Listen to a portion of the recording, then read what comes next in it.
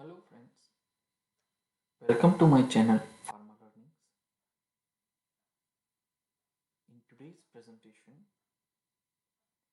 I will discuss about the status of demand and supply of pharmacists in the state of Gujarat in comparison to a developing country. This is to understand or to answer a general question of any high school graduates after taking the science stream, whether should I take admission in B Pharm. What are my career options after B Pharm? So I thought to identify the data and summarize the status of demand and supply of pharmacists in Gujarat through a formal presentation to answer that question. Let us first have our basic clear. So this curve is called the demand and supply curve. On the left axis, there is a price data. On the right axis, there is a quantity data. The demand curve basically follows a pattern which is considered as there is increase in the quantity of goods, there would be decrease in the demands. And the supply curve would like increase in the quantity means increase in the supply. As there is increase in the quantity, supply would increase. And the point at which there is an intersection of demand and supply curve, it's called as a point of equilibrium. That means market is producing exact number of goods which is as per the requirement or as per the demand of the market. This is an ideal point, and policymakers as well as decision makers are essentially trying to attain this point of equilibrium. Above the point of equilibrium, so let's say there is a high demand but there is a low supply, so then the price of that good would be higher. When there is high demand, when there is high supply but correspondingly low demand, then the price of that goods would be lower. Say for example, if an employer wants to hire 20 candidates and he puts out an advertisement to recruit those 20 candidates, and in return he received 2000 applicants, right? And he just needs to select 20 out of 2000. So the negotiation power would be with the employer, and the employer, given the high demand, could reduce, given the high supply and the demand is lower, could reduce the price of that item. So or the salary for that particular job. So the high demand and low supply could lead to high price, whereas high supply and low demand could lead to low price. So this is the basic of demand and supply curve. Let's look at the statistics in the state of Gujarat. So the population is Gujarat is 6.4 crore, out of which adolescents aged 15 to 19 years consist of 10% of the total population, so it's around 6.4 lakh. Now let us assume that these are like age 15 to 19, but every year one age group would enter into the admission into first year from high school to college. So this cohort would let us assume it consists of 20% of the adolescents aged 15 to 19 years of age. that would become 1.28 lakhs of college eligible adolescents. And out of these adolescents, college eligible adolescents, let us consider 80% of the literacy rate which is available on the Gujarat statistics website. Then college eligible students would be 1 lakh per year. Now let us see for this 1 lakh students, potentially eligible college students, how many seats are available in the state of Gujarat in various fields. So this is the data based on Gujarat Technical University website, and they have these 6 streams, and within the 6 streams, these are the distribution of public and private schools and the number of seats within the public and private school. Based on that number, even considering the 6th stream, 1,54,826 seats are available per year. Now if we recap or understand how many potential college graduate eligible students available within the state of Gujarat is around 1 lakh. So there is a deficit of 54,826 seats for this 6th stream, assuming that all of the students, potentially college eligible student, will get admission into this 6th stream, which is not the case clearly because I have not accounted for arts, commerce and science college in above estimation. So basically there is an excessive supply of available seats as compared to the available pool of college eligible potential students. Now let us focus on the only pharmacist, not focusing on the entire Gujarat student population. So total population is 6.4 crore, as we saw earlier. Number of admission per year, number of admission eligible student would be 1 lakh.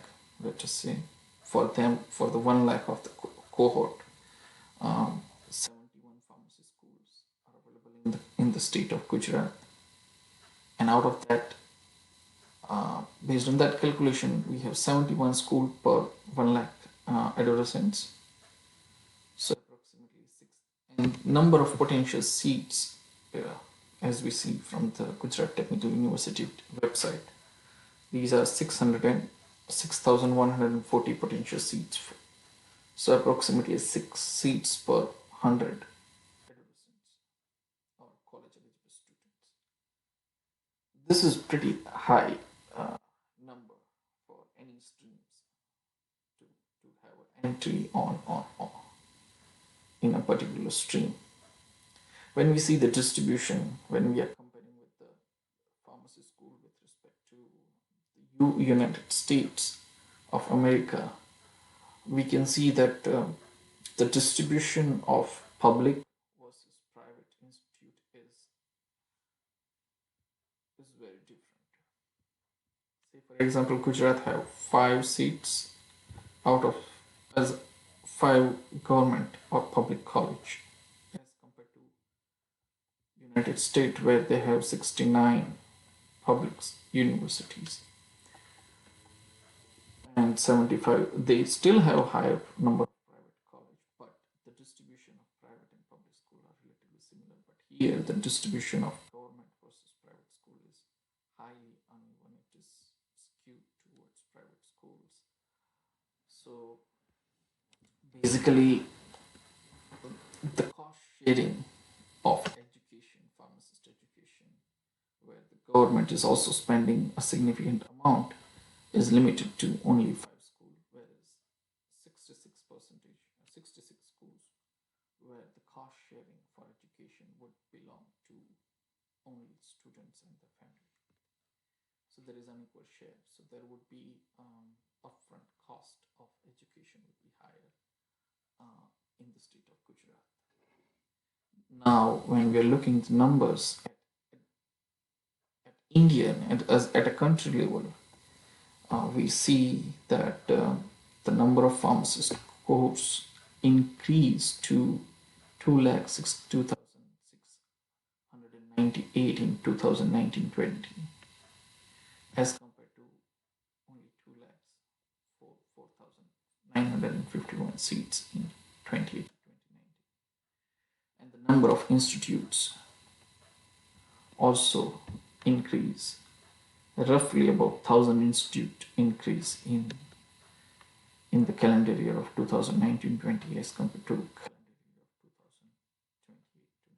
So these increase could reflect two things, right? Then you are increasing the supply, so basically you need a demand. There is a strong demand which could be perceived from the decision makers of this country, that okay, you don't find sufficient number of students or pharmacy graduates to fill the vacant position, therefore there is a need to increase in the supply. So this is basically saying us to that number. There is a huge demand and therefore there is a need to increase in the supply of pharmacists. And let's look at those statistics. So every year, looking at just the state of Gujarat, there are, assuming that all the students getting admission to particular year would graduate and no one, all of them will graduate. So based on that thing, there would be an entering of 6,000 pharmacy professional or pharmacy graduate into the every year. So this statistics is around 6,000 for Gujarat, but when we are comparing to US as a country, it produces 14,905 pharmacy graduates per year. So by saying that, just by looking at the statistics, Gujarat is producing half of the graduates produced in the United States, approximately half of them. And when we are looking at the total number of graduates that India would produce per year would be 2,62,698, which is way beyond the graduates produced in a country of a developed country like United States. So when we are comparing to the country like United States, the total workforce given year, right, the total workforce of pharmacists required for the entire country is 3,20,000. So basically, it's not just per annum, but basically the distribution of entire pharmacists from early career, mid career to experienced level. This is what their supply is, and some of late career would retire, so there would be vacancy for new cohort to enter, and there could be new field of study, or there could be new position based on the demography or the demand. So this is what the total workforce requirement for the given year in the United States. Now let's look at the statistics of number of pharmacists supply versus the demand of pharmacists. This is actually the demand, which could be identified through job portals, right? So recently, these are very fresh statistics conducted on using some of the employment website. For India, I have used Naukri.com and just search how many jobs are available for pharmacists per year for an entry-level jobs in Gujarat. So in Gujarat states, there are 170 jobs per month available for pharmacists at entry level. And I made an assumption that every month 170 jobs would be available. So per year there would be around 2,000 jobs available for pharmacy graduates. Now we are producing 6,000 pharmacy graduates per year within the state of Gujarat, but the demand is around 2,000. So rest of the 4,000 would need to find out another options to get a job, or they need to compete for these jobs, these 2,000 jobs. So clearly the demand is a bit lower than the supply, and this pharmacist salary on these portal joining salary is ranging from 2 to 3 lakhs per year, so which is approximately 60,000 to 25,000 per month. Now let us look at the statistics for the United States, and these are Glassdoor estimates. These are all level jobs for PharmD graduates. There are around 3,721 jobs per month for pharmacists. This is all level jobs, and there is a total of 42,000 jobs per year. I assume the similar, like every month there would be same demand, which is an erroneous assumption, but I'm just saying that let us assume that this is the demand would be similar across the every month for the particular year, and the total would be 42,852 requirements. So these are not just entry level jobs, but all level, like early, mid, and late. And median salary of pharmacy graduates are around 121,000 US dollar. And here I use the purchasing power parity statistics, not US to Indian dollar exchange rate.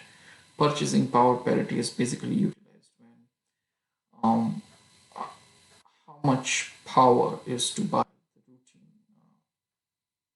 goods. Say for example, milk is available at particular X dollar in the United States. The same quantity of milk would be available in the India at X rupees. So how much would that difference? So based on that number, purchase for every US dollar, $1, there would be 21 Indian rupees. So based on that statistics, it is equivalent to 25 lakhs per year for in Indian rupees.